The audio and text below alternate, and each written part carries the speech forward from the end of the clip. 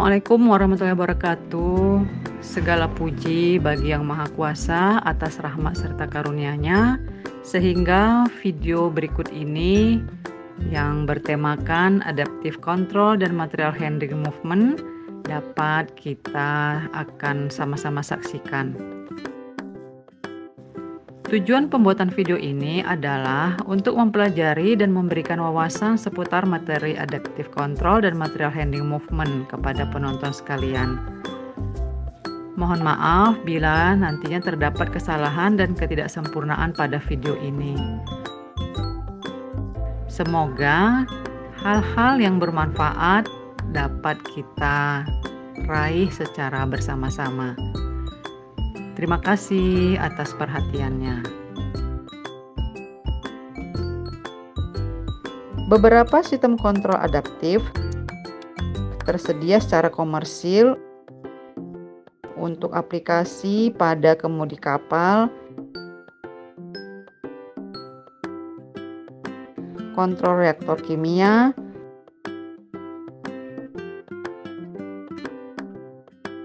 rolling mills,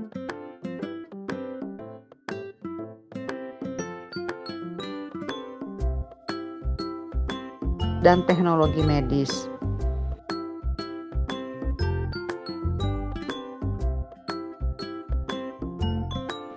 Kontrol adaptif telah banyak digunakan dalam pemrosesan berkelanjutan di industri kimia dan di kilang minyak.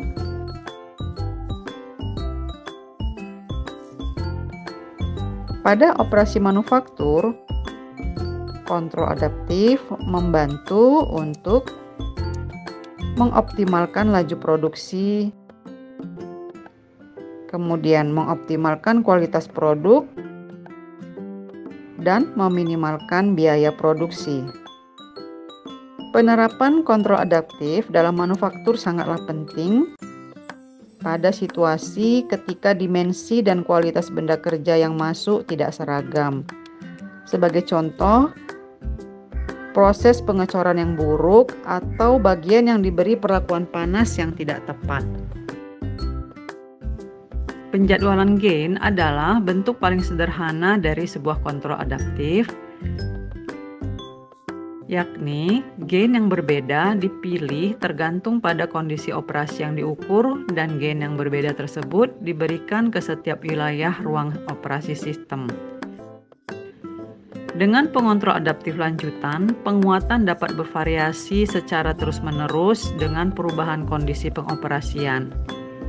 Kontrol adaptif adalah perpanjangan logis dari sistem CNC. Prinsip dan aplikasi kontrol adaptif. Para pembelajar, fungsi dasar yang umum untuk sistem kontrol adaptif adalah sebagai berikut. Yang pertama, menentukan kondisi pengoperasian proses termasuk ukuran kinerja. Informasi ini biasanya diperoleh dengan menggunakan sensor yang mengukur parameter proses seperti gaya, torsi, getaran, dan suhu. Konfigurasikan kontrol proses sebagai respons terhadap kondisi pengoperasian. Perubahan besar dalam kondisi operasi dapat memicu keputusan untuk membuat perubahan besar dalam strategi pengendalian, dan perubahan yang lebih sederhana dapat mencakup modifikasi parameter proses seperti kecepatan operasi atau umpan dalam pemesinan. Kemudian, lanjutkan memantau pengoperasian dan lakukan perubahan lebih lanjut pada pengontrol sesuai kebutuhan. Para pembelajar, pada sebuah proses seperti halnya menyalakan mesin bubut, maka sistem kontrol adaptif akan dapat terasa secara real time terhadap gaya potong, torsi, suhu, laju, keausan pahat, pahat pecah ataupun patah pahat dan permukaan.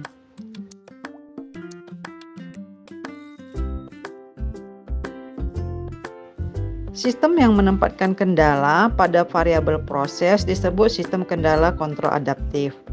Jadi, jika ada gaya dorong dan gaya potong yang meningkat secara berlebihan karena misalnya terdapat daerah keras dalam pengocoran, maka sistem adaptive control akan mengubah kecepatan potong atau umpan untuk menurunkan gaya potong menjadi tingkat yang dapat diterima. Sistem yang mengoptimalkan operasi disebut sistem optimalisasi kontrol adaptif.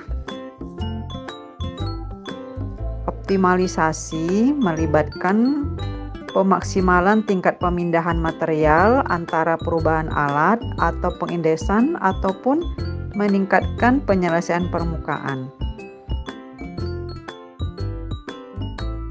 Sebagian besar sistem didasarkan pada ICC karena pengembangan dan penerapan ICO yang tepat lebih kompleks. Waktu respon selama pengoperasian haruslah singkat agar arus bolak-balik menjadi efektif. Hal ini khususnya dalam operasi pemesinan dengan kecepatan tinggi.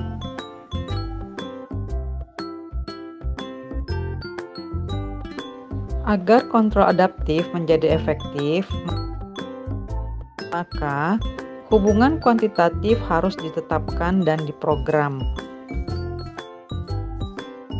Sebagai contoh, bila tingkat keausan pahat dalam operasi pemesinan berlebihan, maka komputer harus dapat menentukan berapa banyak perubahan, yakni peningkatan atau penurunan kecepatan pemotongan ataupun pengumpanan yang diperlukan untuk mengurangi tingkat keausan menjadi suatu tingkat yang dapat diterima. Bila operasinya adalah penggilingan, perangkat lunak komputer haruslah memuat hubungan kuantitatif yang diinginkan di antara variabel proses dan parameter seperti misalnya keausan roda, penumpulan butiran abrasif, gaya penggilingan, suhu, penyelesaian permukaan, dan defleksi bagian. Demikian pula dalam pembekokan lembaran pada V-die, maka data tentang ketergantungan pegas pada perjalanan dan pada bahan lain serta variabel proses harus disimpan dalam memori komputer.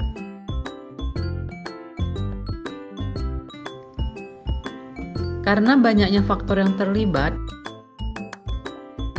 maka persamaan matematis untuk hubungan kuantitatif seperti itu dalam proses manufaktur sulit untuk ditetapkan. Dibandingkan dengan berbagai parameter lain yang terlibat, gaya dan torsi dalam pemesinan ternyata paling mudah dipantau oleh AC. Penanganan material didefinisikan sebagai fungsi dan sistem yang terkait dengan transportasi, penyimpanan dan kontrol bahan, serta bagian dalam siklus manufaktur total suatu produk. Selama siklus ini, bahan mentah dan suku cadang dalam berbagai tahap penyelesaian biasanya dipindahkan dari penyimpanan ke mesin, kemudian dari mesin ke mesin, dan dari inspeksi ke perakitan, dan juga ke inventaris. Tata letak pabrik sangat penting untuk aliran material dan komponen yang teratur sepanjang siklus produksi. Para pembelajar, berikut ini adalah beberapa pertimbangan terhadap tata letak pabrik. Yang pertama, jarak yang diperlukan untuk memindahkan bahan mentah dan suku cadang yang sedang berlangsung haruslah diminimalkan. Yang kedua, area penyimpanan dan pusat layanan harus ditata sesuai dengan hal tersebut. Dan untuk suku cadang yang membutuhkan banyak operasi, maka peralatan harus dikelompokkan di sekitar operator ataupun robot industri. Para pembelajar, berikut ini adalah beberapa aspek penting dari penanganan material.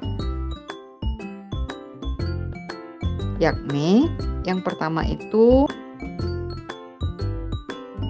metode penanganan material.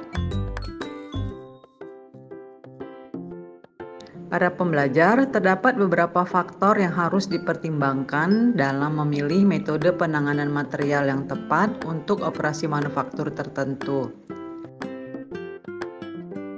Bentuk, ukuran, berat, dan karakteristik bagian-bagiannya. Jarak yang terlibat dan posisi serta orientasi bagian selama pergerakan melalui mesin dan di tujuan akhir mereka. Kondisi jalur dan segala penghalang yang dilalui bagian-bagian yang akan diangkut. Tingkat otomatisasi dan kontrol serta integrasinya dengan peralatan lain dalam sistem.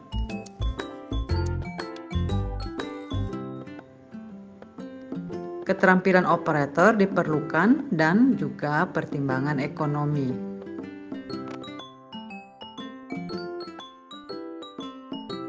Kemudian peralatan. Beberapa jenis peralatan dapat digunakan untuk memindahkan bahan seperti conveyor, roll, gerobak, truk forklift, kendaraan berpemandu otomatis, monorel bertenaga sendiri, dan berbagai perangkat serta manipulator mekanik, elektrik, magnetik, pneumatik, dan hidrolik. Manipulator dirancang untuk dikendalikan langsung oleh operator atau dapat diotomatisasi untuk gerakan berulang seperti memuat dan membongkar bagian. Ruang gudang haruslah digunakan secara efisien dengan menggunakan sistem penyimpanan dan pengambilan otomatis. Terdapat beberapa sistem yang tersedia dengan berbagai tingkat otomatisasi dan kompleksitas.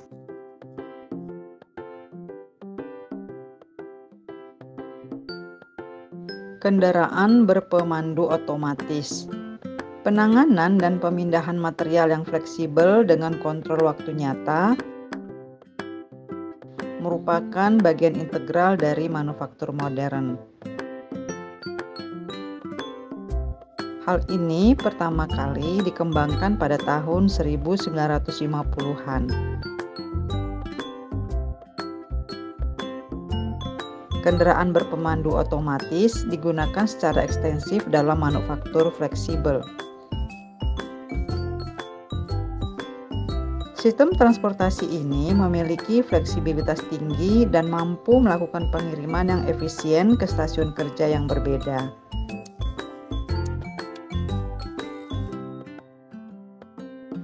Pergerakan AGV dapat direncanakan sehingga mereka juga berinteraksi dengan sistem penyimpanan dan pengambilan otomatis.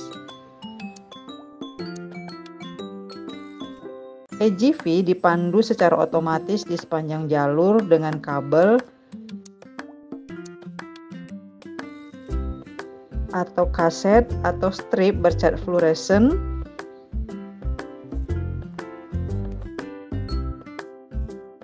Bimbingan otonom tidak melibatkan kabel atau pita, namun menggunakan berbagai teknik optik, ultrasonik, atau inersia dengan pengontrol onboard. Perutaian AGV dapat dipantau dan dikendalikan dari komputer pusat.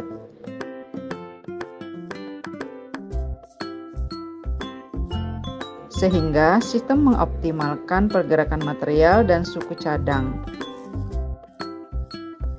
Bila terjadi kemacetan di sekitar workstation ataupun terjadi kerusakan mesin maupun kegagalan salah satu bagian sistem manufaktur. Dan yang terakhir itu adalah sistem pengkodean. Berbagai sistem pengkodean telah dikembangkan untuk menemukan dan mengidentifikasi bagian dan sub-assemblies di seluruh sistem produksi dan untuk mentransfernya dengan benar ke stasiun yang sesuai. Barcoding termasuk barcode QR seperti yang juga digunakan adalah sistem yang paling banyak digunakan dan paling murah. Kode dicetak pada label yang ditempelkan pada bagian itu sendiri dan dibaca oleh pembaca kode batang tetap atau portable ataupun pemindai genggam. Strip magnetik adalah sistem pengkodean kedua yang paling umum. Tag frekuensi radio adalah sistem ketiga. Meskipun lebih mahal daripada kode batang, tag tidak memerlukan garis pandang yang jelas yang diperlukan untuk dua sistem pertama. Mereka memiliki jangkauan yang jauh dari ratusan meter untuk tag RF konvensional hingga sekitar 10-30 meter untuk sistem Bluetooth. Gelombang akustik, pengenalan karakter optik, dan visi mesin adalah metode identifikasi lainnya.